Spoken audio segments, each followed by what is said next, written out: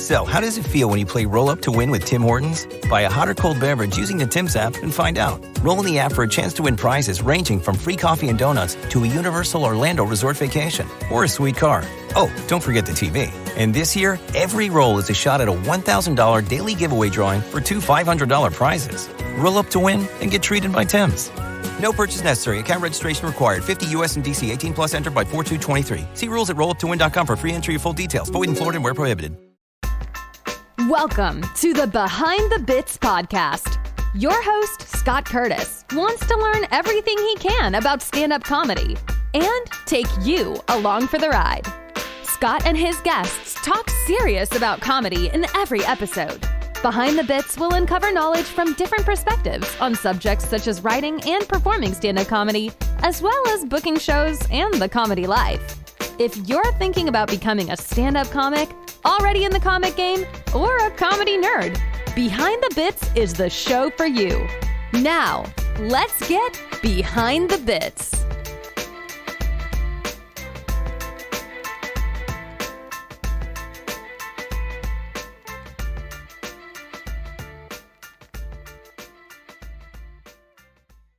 Matthew's been a staple in the Huntsville, Alabama comedy scene since 2012, and many of the regular showcases in the city were started and produced by him. His album Game Set Trash debuted at #1 on the Amazon top seller list, and his fourth album, It Only Hurts When I Exist, released in June of 2022, is still getting a lot of action on the evil Spotify. Let's bring him out right now. It's Matthew Tate. Hi, Matthew. Hello. Thank you for having me. Yeah, thanks for doing the show. Before we started, I mentioned it would be fun to talk to you about comedy because it seems like every time we get together, we just talk about music because we're both into the obscure stuff. True facts. One of the things, and this is going to really shoot you right out of the blue. This is going to be weird, wild, and wacky, but I rewatched Bob Rubin's special on Netflix, Oddities and Rarities. And I started thinking about how we rate comedians and who we say is the best and who we say is the most important. And I'm taking comedians that actually have a message. Okay, actually, say George Carlin, he was doing commentary on how shitty people are and how bad we're treating the earth and stuff like that in his last few albums. And yet we have comedians that are very well read and very intelligent that just do like really massive dark misdirects like an Anthony Jeselnik. So you got these two polar opposites of types of comedian, and yet both of them generate a lot of laughs. And one of them might make you think a little bit more, and the other one just makes you laugh. And I think that, especially in the comedy community, that we don't give enough props to people who just do jokes. You know what I mean? Yeah. And it kept me up last night because it's not less, it's like comparing a Monet to a Manet. You know what I mean? It's really just the fact that art is art. And if you succeed at it, you shouldn't be judged by the way you get to your success. I agree wholeheartedly. And I mean, every type of comedy has its own place and appeal and whatnot. And all of it is valid. Like I think like clean comics get a lot of hate, but like if I was good at writing clean, like you'd better believe I'd be doing clean almost all the time because it's, very bookable. Yeah. And, I think there is more of a trend in comedy to where a lot more modern stuff is stuff that makes you think, and sometimes it's kind of dark. And, I think there's definitely some backlash against that to some degree. Like one example of this that sticks out to me is Leslie Jones from SNL at one point came out and, I thought this was kind of foolish to say, but she blames modern stand-up comedy in part for the rising level of suicides and depression in this country because comedians are just so much more serious. And I think painting like a type of stand-up comedy with just one brush like that is a huge disservice. And yeah, she's not the only person who's ever done that. Bill Cosby, years and years. I hated Cosby before, Before it was cool to hate him. Yeah. And my initial reason was he had kind of famously back in, I think, the late 70s, came out and just made a very blanket statement attacking comics who are now legends like Carlin and Pryor, saying, if you have to cuss in your comedy, that's not real comedy. And I'm like, well, that's a very holier than thou kind of attitude. And I think it doesn't serve anybody. Right. And I feel like the comedians, especially new ones, and even though I've been doing it for 6 years, I consider myself a new one because it's mostly just a hobby for me, especially new ones. They try to get into that, I guess, important comedian status for a while and try to make this social commentary and stuff like that. And it's just not, it's not for everybody. And it really hit home to me, watching the Rube definitely hit home. And then I interviewed a guy from Canada, Glenn Foster, and he does a little social commentary, but it's mostly just self-deprecating stuff. And, I listened to that album and, I laughed, and that's something that comedians don't do.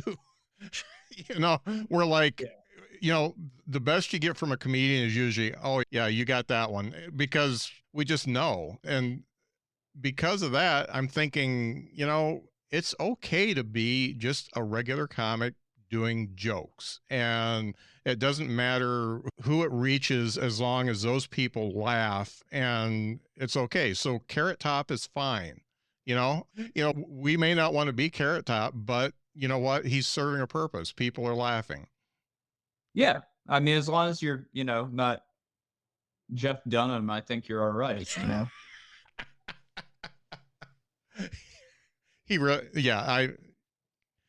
He really is one that I can't watch. So yeah, dig it.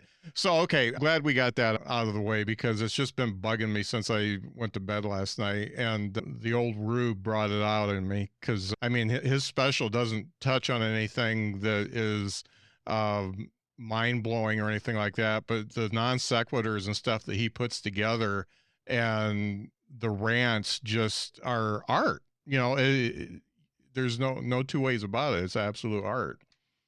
Yeah. So, go ahead. I think one place where that trends kind of began of newer comics trying to make a statement, and I almost hate to say this because this particular comic is my own, like, one of my idols as well, but I caught a lot of flack for saying this on social media maybe like 2 years ago. It was just a post that said, I love Doug Stanhope, but he inspired a generation of edgelord open micers to be edgelord open micers.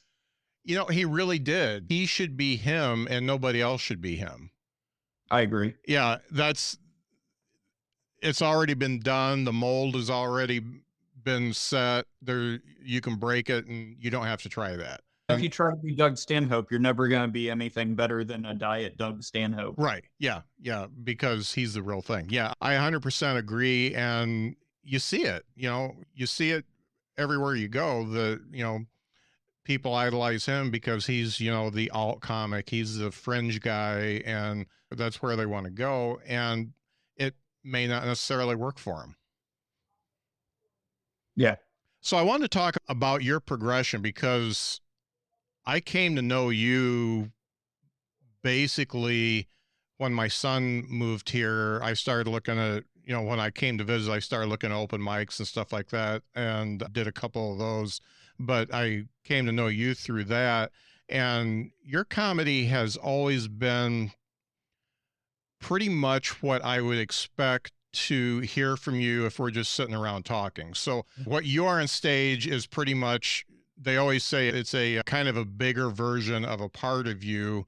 Whereas with you, I feel like it's just you up there being you, with the exception that when you're in a conversation, you're a little bit more of a listener than a talker.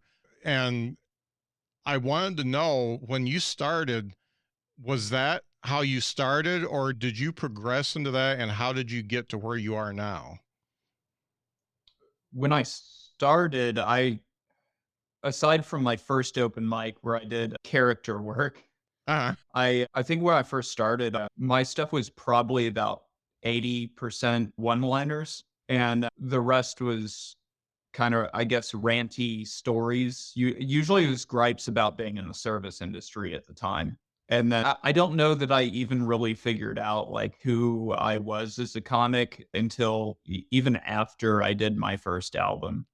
Because I mean, if I like listen back to "I Drink Therefore I Am" now, I don't personally like my first album, and I can tell I feel like I should have given it maybe another year before I rushed into doing my first record, because there's so much I would have done different. There was some material I just wouldn't have done, period.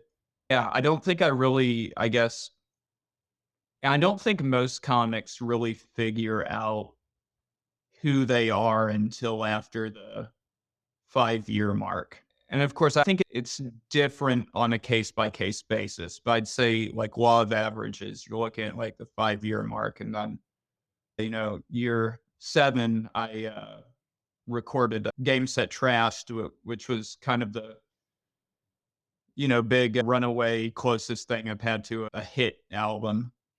And then, yeah, like, because like albums 2, 3, and 4 for me, while they tackle different material and they're tonally a bit different, you can see a progression there that seems very disjointed from "I Drink Therefore I Am."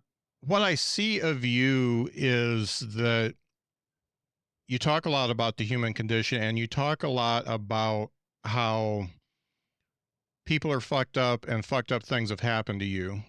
And yet you do it in a way that we don't feel sorry for you, because we know that you are handling it. That you're right on the edge of not being strong enough to handle it, but you're keeping it at bay by talking about it on stage. That's what I get from you, that you're able to expel your demons by getting people to laugh about it on stage. And I feel like it's pretty artful, because I listened to It Only Hurts When I Exist a few times through, and every time I got a little bit something different from it, as far as, where you came from the joke, and what you learned from it, and things like that from the experiences in your life. Do you feel like right now, especially with the last album, do you feel like you have pretty much found what you want to be on stage, or are you still saying there's something more?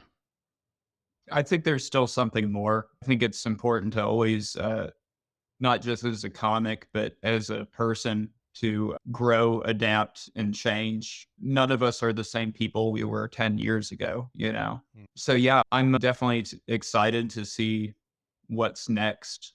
2022 was kind of a bit of a writer's block year for me. I obviously, most of the stuff on that album was material that I wrote in 2021. And since recording that, I've probably only written about a new half hour, and I'm only really thrilled with maybe 10 minutes of it. So, there's still a long ways to go, but I'm also not in a rush. Now, one of the things that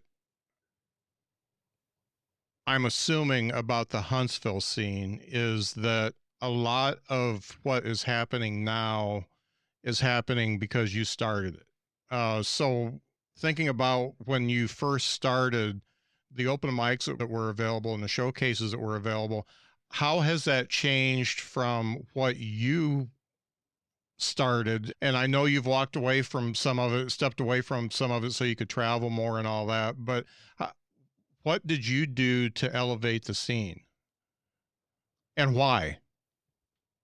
Um, I think the most significant thing was giving people a space to feel safe and a mic to get behind and talk about whatever was on their minds. And was always very encouraging of new comics, people who wanted to try it out, people who tried it out and decided they wanted to stick with it. It was very important to me to always be kind of an ear to them, for them to bounce things off of and to foster an environment that was, productive to their creative process. And when you foster that kind of environment over time, it's going to grow more than any amount of advertisement can influence growth. And so it was all very grassroots.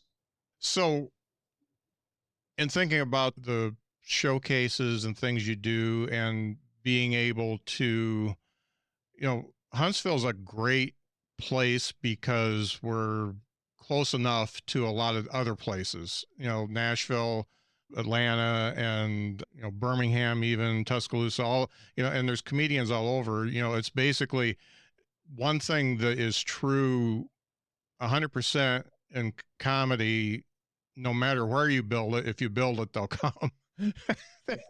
And in doing that, do you feel like that it's put Huntsville a little bit more on the map as far as comedy is concerned? Absolutely. And, even as much as, 3 or 4 years ago, I would have wholeheartedly even spoken the sentiment. I feel like one of the greatest things about Huntsville for a touring comic is how close it is to Birmingham, to Atlanta, to Memphis, to Nashville, to Chattanooga.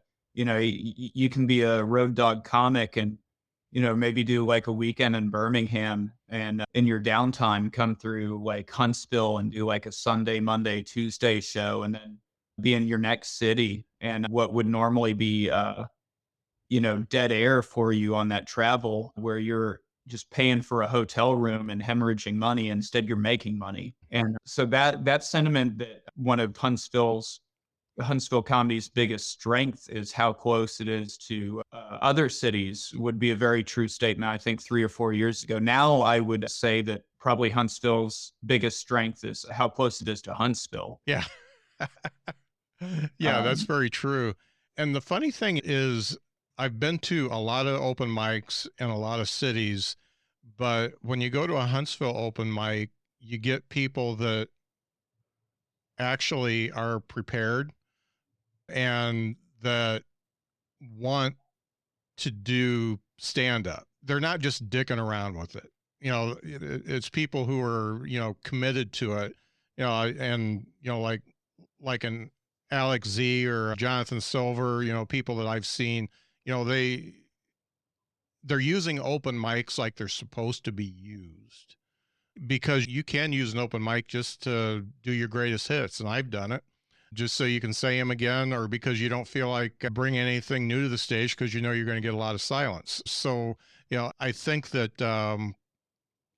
one thing, and I think it's the fostering relationship that, people like you and Scott Eason have with the folks that are in the area. It's inclusive, and they feel like they can get up there and try that new stuff and say it out loud and figure out what's funny and what's not funny. And you don't see that at a lot of open mics.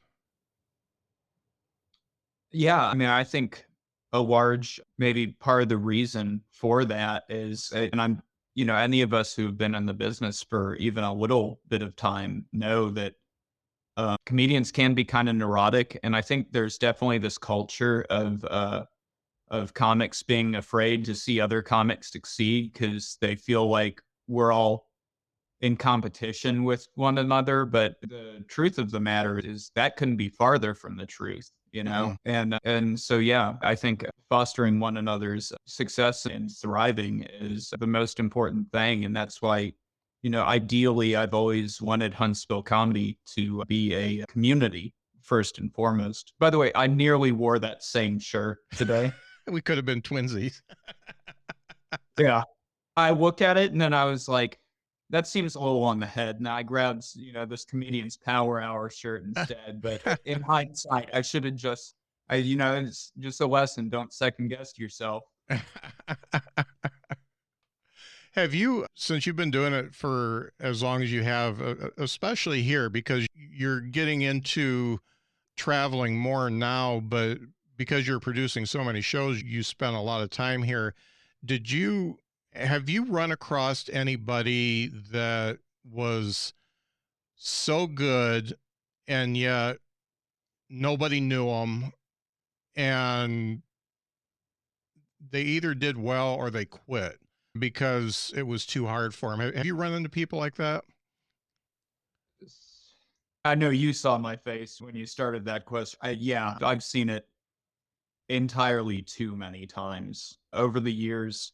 I've had the privilege of working with some phenomenally talented comics, and some of them comics like Jeff Graham spring to mind. Anybody who is in Huntsville comedy like 10 years ago knows who that is, but like he stopped, and he's only one of many examples, and it always makes me like kind of sad to see that.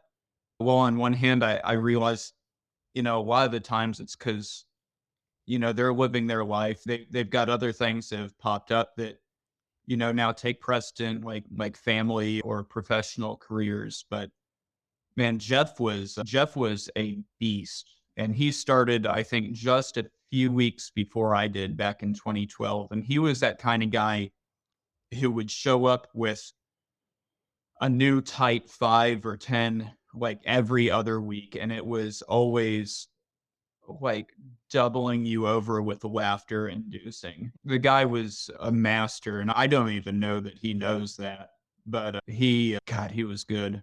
And like every few years it seems you kind of get I've called a new class of comedians coming up, not necessarily people who take comedy classes, because I personally feel like those are a scam, but like a new crew of comics who start hitting the mics, and some of them start getting on shows, and it always seems like there's those who stick around, and then there's those who don't, and then there's some who they might pop up every couple years and do a couple things, and you don't see them again.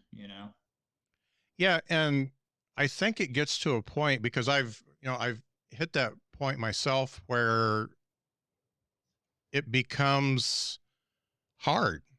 When you first start, it's hard to get on stage the first time, but after that, it's pretty easy. And then when you've had a couple shows where you do really well, then it propels you on, and then you find out to get to the next level beyond doing a local showcase, you got to work, and you got to hear a lot of no's. It's really 80% negative and 20% positive if you're lucky at that point. And if you don't push through that, then, or you don't want to push through it, then it's a lot easier to walk away than it is to stick with it. Yeah, there's definitely a lot of truth in that. Yeah. Okay, so one of the things that this podcast is like 3 years old today. So one of the things that I wanted this podcast not to be was about me. And some of the feedback I've gotten is it's not enough about me. They don't know who I am. So I'm sticking you with a problem that I'm having and asking for your advice. So it was a big change when I moved here. I had been in the same house for 30 years, and I'd been in the South Bend area for all my life, except for a couple of years I lived in Indy. And when I started stand-up, I did what I thought people would think was funny. And I was clean. I could do I could do TV, I could do a church if I'd walk into one, and I could do any of that.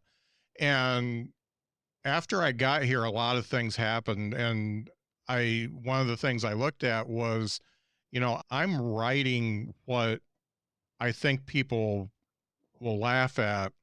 And yet who I am is not being portrayed on stage at all.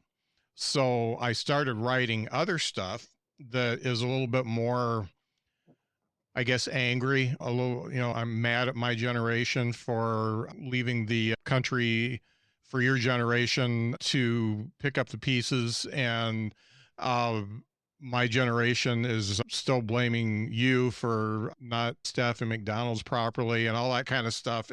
So I'm angry. I'm a little bit more edgy, I guess, the stuff that I'm writing, but it's actually brought me to an impasse where I've got this phobia about getting on stage because I know that what I put forth is going to be totally different. It's almost like completely starting again because it's a 180 from what I did before. And I've got this thing where, I'm writing down premises, I'm writing down ideas, but I don't want to get on stage anymore. And the few times I've done it this year, it's just been awful. Even if it was okay on stage, I felt awful when I left because I knew I wasn't as good as I was when I was doing the old stuff. So what would you tell a person like me who wants to be authentic? Because this isn't I'm not going to get a Netflix special. I'm not going to be a comedian that makes his living off of comedy. That's just not going to happen for me. But I love it. And for me to take the next step, I've got to break through this issue I'm having with my material and my presentation and totally reinventing myself. If you were me, what would you do to get over the issues that I have? Well, first off, I'd do what you're doing right now and talk about it. Because the fact of the matter is, I think any comic who's even mildly serious about it is going to experience that at some point. I personally am going through something similar at the time. I haven't been hitting the mics nearly as much. I mean, I did a lot of road shows between June and November, but then I've been taking downtime since then. And, it's almost like pulling teeth, convincing myself to go hit a mic most of the time now, because I am back at the drawing board. Like I can't just get up and do the greatest hits at every open mic or I'm going to stagnate. And doing new stuff is terrifying. It's like that in any part of life. And so you kind of just have to force yourself to do it. And it's going to suck sometimes. But then every once in a while, you'll have a night, and I had one of these recently at a show, actually, where I decided to run with all new material, which is a terrible idea if you're going to thinking for a booked show. But I did it, and it all clicked. And this was after bombing at mic after mic as a comic in his 11th year. Uh-huh.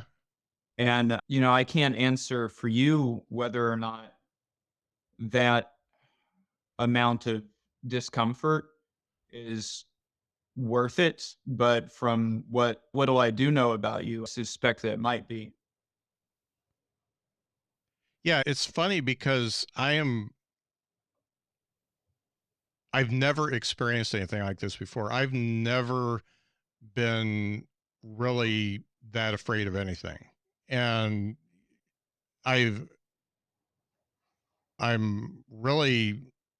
it's really made me look at myself, and I know what the catalyst was.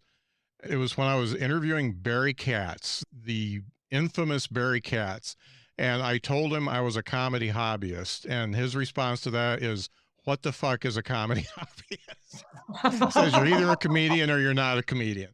And that was right in the middle of deciding I'm not going to be the super squeaky clean dude on stage. I'm going to be who I am.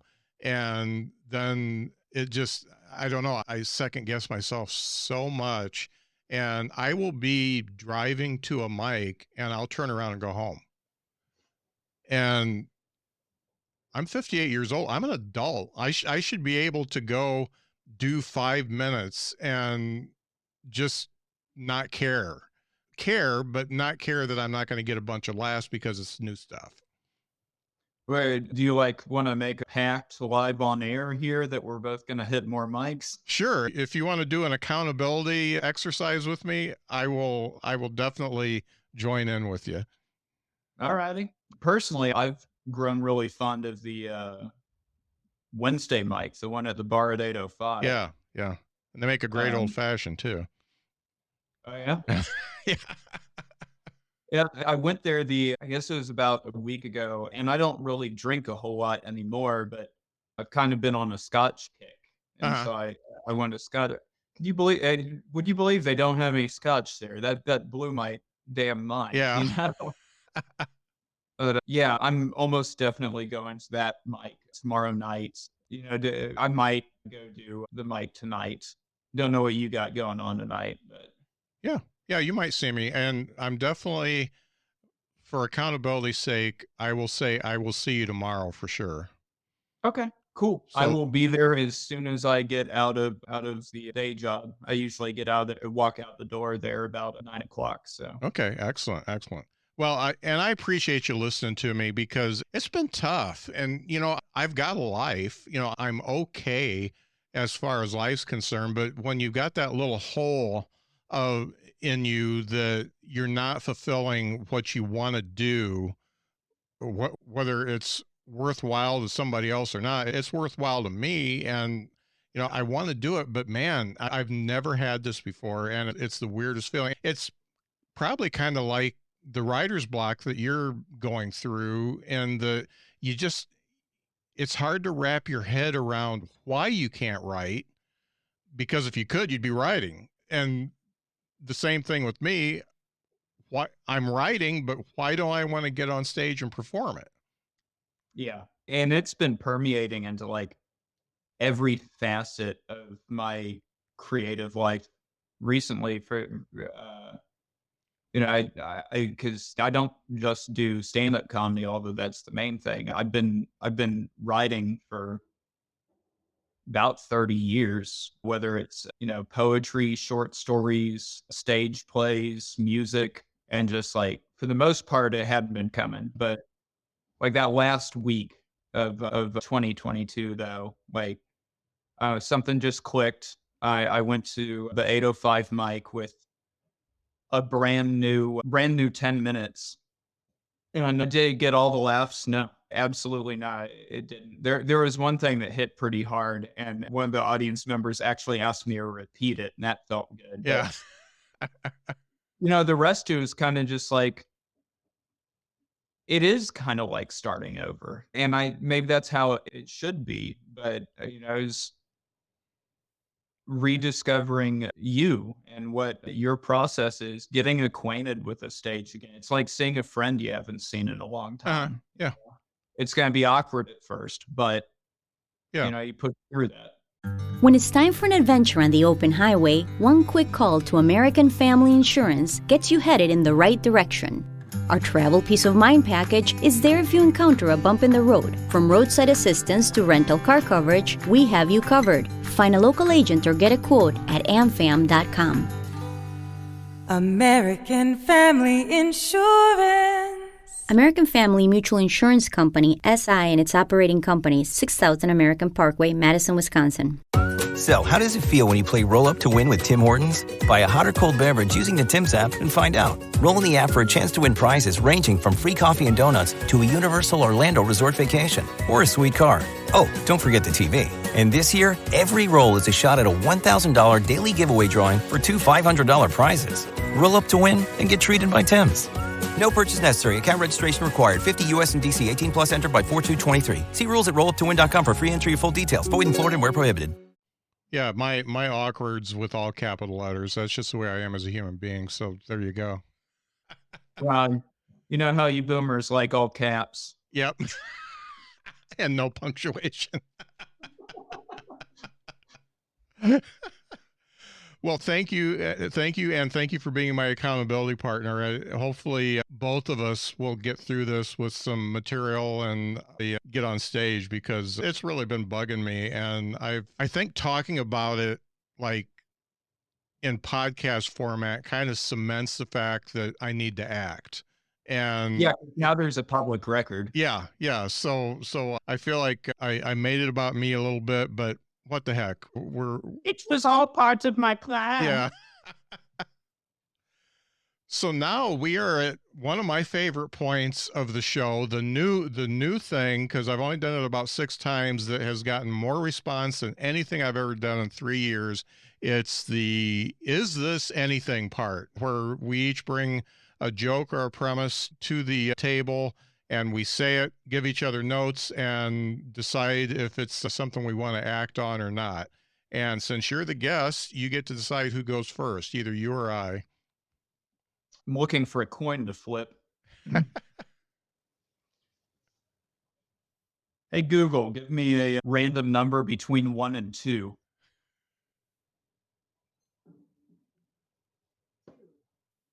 All right, that would be me. All right, go for it.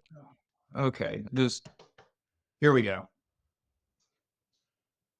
So my neighbor was getting shot the other day, and I thought, boy, the holidays are coming up, aren't they?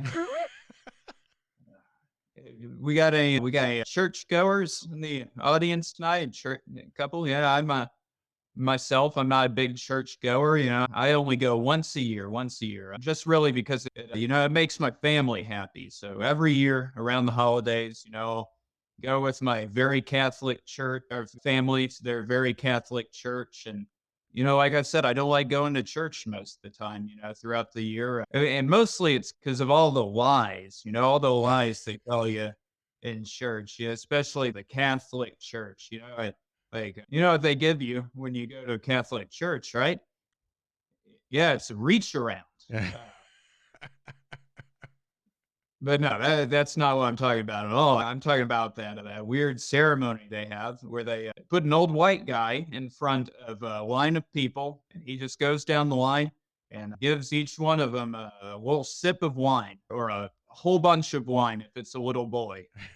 And then a curious thing happens. The guy will proceed to go back through the line, and he hands each one of you a cracker, right?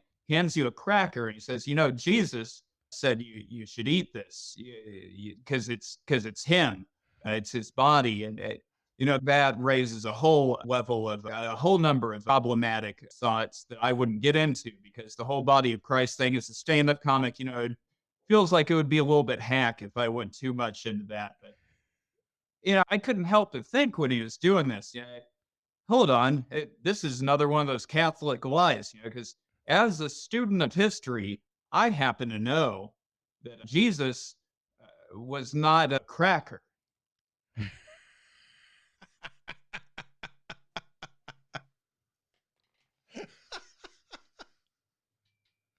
That is the punchline is just perfect. The only thing when you're talking about the body of Christ, I don't know if you can, instead of saying it's hack or whatever, I don't know if anybody's ever said, but I asked him what part of the body, and he couldn't tell me. Am I getting a foot? Am I getting a toe? And I think this is why maybe this segment exists too, because actually that tag, I was on the fly. Like, that wasn't in it. The one mic I've done this at. So yeah, but I love it. The payoff is fantastic, and it kept me interested throughout. So yeah, I think, a couple more tags in between getting in the church and getting to the cracker part would definitely make that an A+. Thank you. Yeah. Thank you. That means a lot to hear. Yeah, that was good. My laugh was genuine at the end of that. I appreciate it. The first person I ran that by was actually my roommate, Rob, and he went, "Okay, Norm Macdonald." It did. That's fair. That's fair. It did have a little bit of that cadence, and I liked it. Thank you. But you do have a little bit of that cadence anyway, naturally. So you're not going out of character by saying it. Yeah. Anyway, your turn, sir. All right, I'm gonna take a drink here. So when I told you about doing angry social commentary, this is not it. I'm trying to establish myself at the front of it because you know how large I am. I want to try to make myself a little bit less scary. So I want to put some words in there that will make me a little less scary. So this is one I ran past the writing group last night, and they were okay with it. So I was driving behind one of those big rigs, and I saw a sign on the back of it that said, "If you can't see my mirrors, I can't see you." And you know what that means? Highway peekaboo. I put Beastie Boys Sabotage on repeat, and I'd get right up behind the trailer, dart out so I could see its mirrors, honk a few times and wave, and then dart back. I did this from Birmingham, Alabama to Sandusky, Ohio, and oh boy, was that fun. Until the crash, the breathalyzer, and the 72-hour psychiatric hold.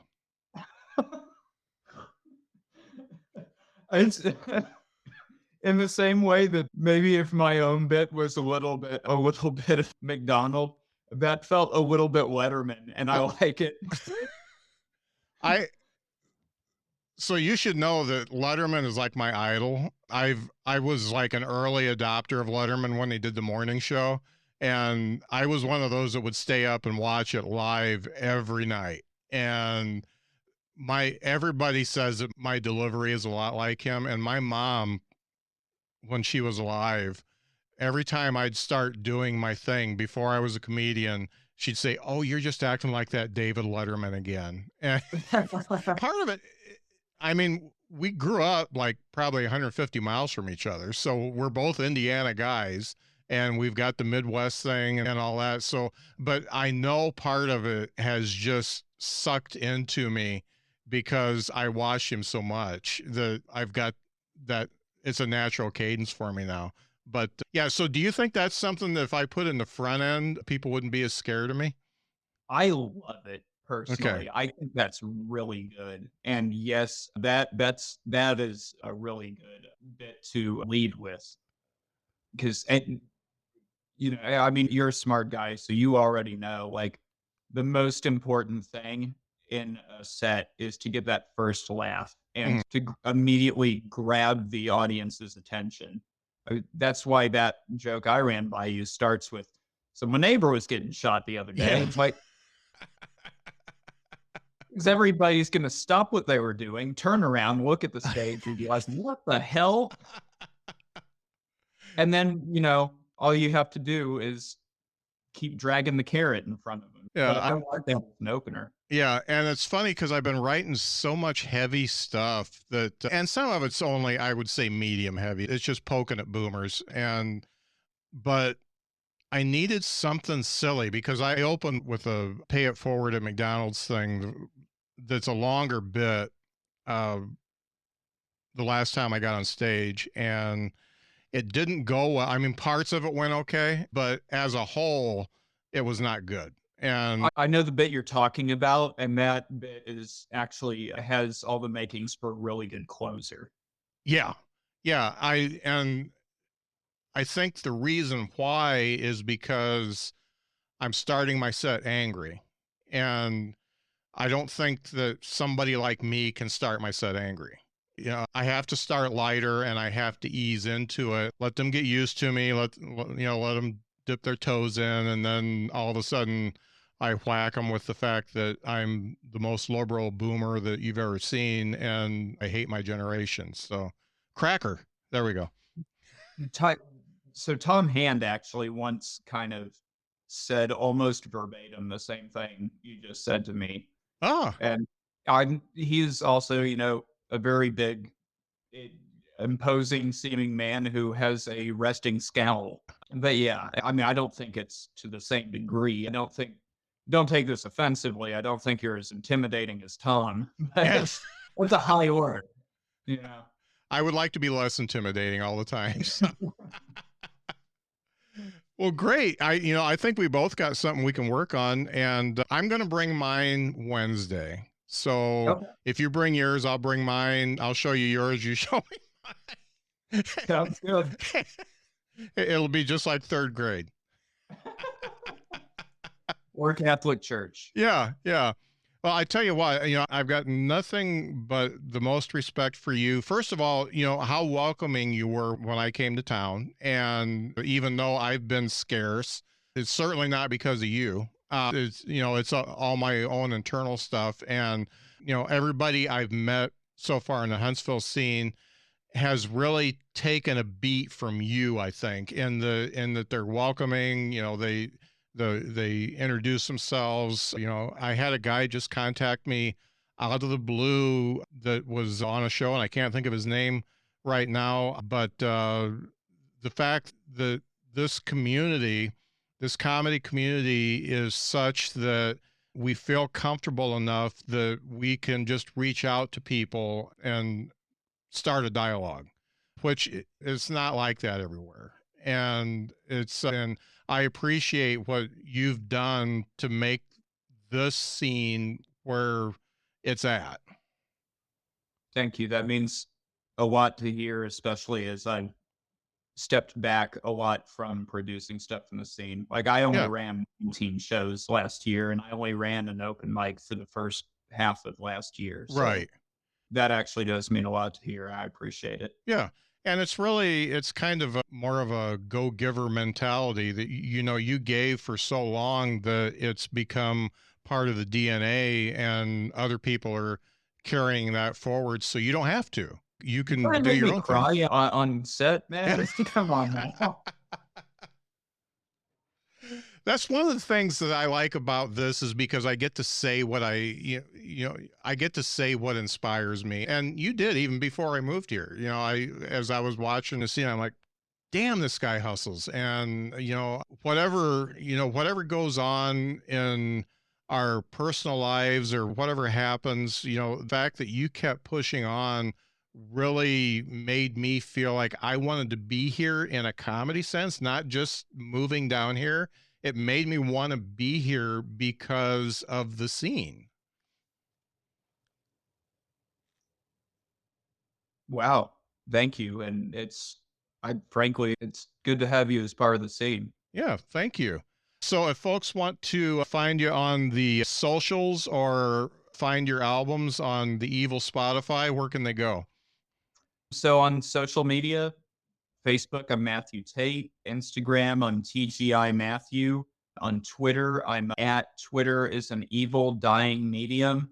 I'm just kidding. That's not my handle at all. Yeah. So, and then I do have, of course, I've got YouTube under Matthew Tate. There's 2 separate channels, one for my videos and one for my albums. And those albums, I Drink Therefore I Am, Game Set Trashed, The Happiness Illusion, and It Only Hurts When I Exist, are available across multiple platforms. Every last one of my albums is on iTunes, on YouTube Music. I think only my third one's on Pandora. Spotify has my first, third, and fourth albums. Yeah, and then of course the link tree I sent to you is a link tree to my most recent album. But yeah, if you just search Matthew Tate Comedy, a lot of this stuff will come up. And, obviously I appreciate every listen, whether it's on, Deezer, Tidal, Napster, Spotify, whatever. Yeah, there's a lot of different mediums. And, I'm more of a Tidal guy, but I kept my Spotify account because my Hulu account is attached to it. And for some reason, I got it for $10 a month, and it was some weird grandfathered offer. And I found out if I separated them, I was going to be paying $20 a month. So I'm still keeping it. So you're probably where some of my Tidal money is coming from. Yeah. Yeah. Nice. Yeah, I like Tidal. It'll carry a lot of albums that a lot of streaming services don't have. And it's like the sophomore album seems to drop off on a lot of different platforms, whereas Tidal will have it. So yeah, I like it. Yeah. Cool. Well, thanks so much for being on the show. And, I'll see you tomorrow for sure. But it's neat to connect with somebody who's both local and has inspired me both from afar. And Thank you. And it's good to see you again. And I look forward to working with you. So, how does it feel when you play Roll Up to Win with Tim Hortons? Buy a hot or cold beverage using the Tim's app and find out. Roll in the app for a chance to win prizes ranging from free coffee and donuts to a Universal Orlando resort vacation or a sweet car. Oh, don't forget the TV. And this year, every roll is a shot at a $1,000 daily giveaway drawing for 2 $500 prizes. Roll up to win and get treated by Tim's. No purchase necessary. Account registration required. 50 U.S. and D.C. 18 plus entered by 4/2/23. See rules at rolluptowin.com for free entry and full details. Void in Florida and where prohibited.